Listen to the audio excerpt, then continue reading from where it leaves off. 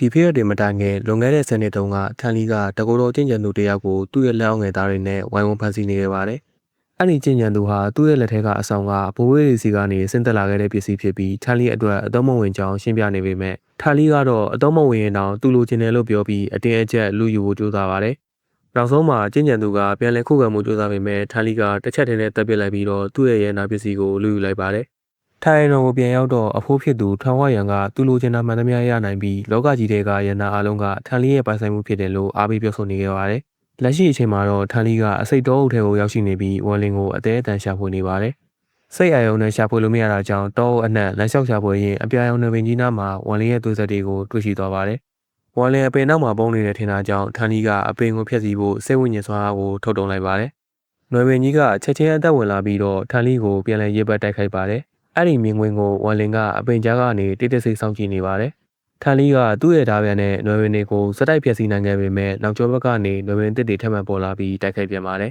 ။ကံကောင်းစွာနဲ့အစောရနာတစ်ခုကသူ့ကိုကာကွယ်ပေးနိုင်ခဲ့ပေမဲ့နွယ်ဝင်တွေကတော့ဆက်လက်ချုံနှောင်ထားပဲဖြစ်ပါတယ်။ဒီအခွင့်အရေးကိုဝမ်လင်ကလက်လွတ်မခံခဲ့ပါဘူး။သူ့ရဲ့ဓာပြန်ကိုထုတ်ပြီးထန်လီရဲ့အကာအကွယ်ကိုဖျက်ဆီးကပြင်းထန်တဲ့ဒဏ်ရာရရှိစေခဲ့ပါတယ်။ဒေါသထွက်သွားတဲ့ထန်လီကဝမ်လင်ရဲ့နောက်ကိုအသေးအတန်လိုက်ပါတယ်။ဝမ်လင်ကထန်လီကိုနေရာတစ်ခုစီမြားခေါ်သွားတာဖြစ်ပါတယ်။ဝမ်လင်မြားခေါ်တဲ့နေရာကိုရောက်သွားတဲ့အချိန်မှာတော့ထန်လီကလွန်ခဲ့တဲ့10နှစ်ကယူခဲ့တဲ့ရန်နာဆောင်ကိုထုတ်သုံးလိုက်ပြီးဝမ်လင်ကိုတိုက်ခိုက်ပါတယ်။ဝမ်လင်ကထွက်ပြေးရကြောင်းထန်လီကသူ့ရဲ့မိုးကြိုးလျက်စီးသားနဲ့တိုက်ခိုက်ပါတယ်။စစ်ထုံရဲ့နေရာပြောင်းရွှေ့မှုကြောင့်ဝမ်လင်ကထပ်မံလွတ်မြောက်သွားပါတယ်။ထန်လီကစက်တိုက်လိုက်လာတဲ့အချိန်မှာတော့အစိမ့်ငွေတွေတက်နေတဲ့ကျောင်းသားကြီးတွေကနေဝူရီဆိုတဲ့အလောင်းကောင်တစ်စိတ်ကြီးထွက်လာပါတယ်။ဒီအလောင်းကောင်ကနဆိုးလန်းစင်ရဲ့အစိမ်းအောင်မျိုးတွေကျင့်ကြံသူဖြစ်ပြီးထန်လီကိုစတင်တိုက်ခိုက်ပါတယ်။ထန်လီကသူ့ရဲ့ဆောင်တွေနဲ့ခုခံခဲ့ပေမဲ့အလောင်းကောင်ကြီးကအချိန်တော်အတွင်းဖျက်ဆီးပစ်လိုက်ပါတယ်။မနိုင်တော့တာကိုတည်တဲ့ထန်လီကအသက်လူပြီးတော့ထွက်ပြေးရပါတော့တယ်။အဲ့ဒီအချိန်မှာစစ်ထုံနန်းကထန်လီအားနဲ့နေပြီဖြစ်တာကြောင့်အခုကတိုက်ခိုက်ဖို့အချိန်ကောင်းလို့ဝမ်လင်ကိုတတိပေးလိုက်ပါတယ်။ဝမ်လင်ကလည်းထန်လီနောက်ကိုလိုက်သွားပြီးတော့ချက်ချင်းတိုက်ခိုက်ပါတယ်။ဝမ်လင်ကရှေ့မှာပိတ်ရနေတဲ့အပြင်အလောင်းကောင်တစ်စိတ်ကြီးကလိုက်လာနေပြီဖြစ်တဲ့အတွက်ထန်လီကအကြက်ရိုက်နေပါတယ်။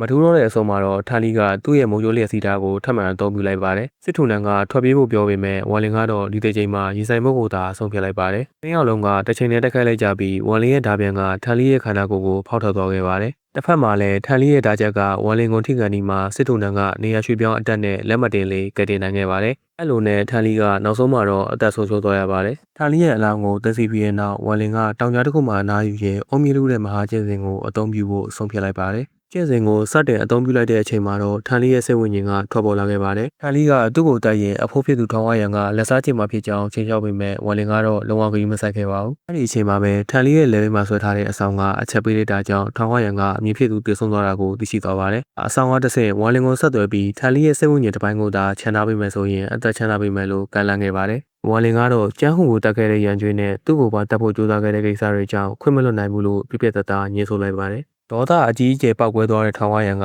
သူ့ရဲ့တက်တန်းကိုပါစတေးပြီးဝမ်လင်ဘော်ကိုကျင်းစားတိုက်လိုက်ပါတယ်။ကျင်းစားထိမှန်သွားတဲ့ဝမ်လင်ကိုစစ်ထုံနန်းကသတိပေးလိုက်ပြီးအခုချိန်ကစပြီးထောင်ဝရံနဲ့နီးကပ်တဲ့နေရာတွေကိုသွားမိရနဲ့ချက်ချင်းဖမ်းမိသွားနိုင်တယ်လို့ပြောပါတယ်။ကံကောင်းတာကစစ်ထုံနန်းဟာကျင်းစားရဲ့အကျိုးတရားမှုကိုဖိနှိပ်ပေးနိုင်ခဲ့ပါတယ်။ထန်လီစီကအုံမြင့်လို့ယူပြီးတဲ့နောက်ဝမ်လင်ရဲ့ကျင့်ကြံမှုကလည်းတိတိတတ်တာတိုးတက်လာခဲ့ပါတယ်။နောက်ဆုံးမှာတော့စစ်ထုံနန်းကရင်တက်ပြင်းထန်လုံးတဲ့နေရာကိုအမြန်ရှာဖွေပြီးသူတင်ပေးထားတဲ့မယန္နာမြေအဆိုင်မမြင့်တဲ့ကျင့်စဉ်ကိုစတင်ကျင့်ကြံမှုပြောလိုက်ပါတယ်။ဒါကတော့အပိုင်းခွန်ဖြစ်ပါတယ်။အပိုင်းရှိကိုနောက်နေ့မှာဆက်ပြီးတော့တင်ပေးသွားပါမယ်။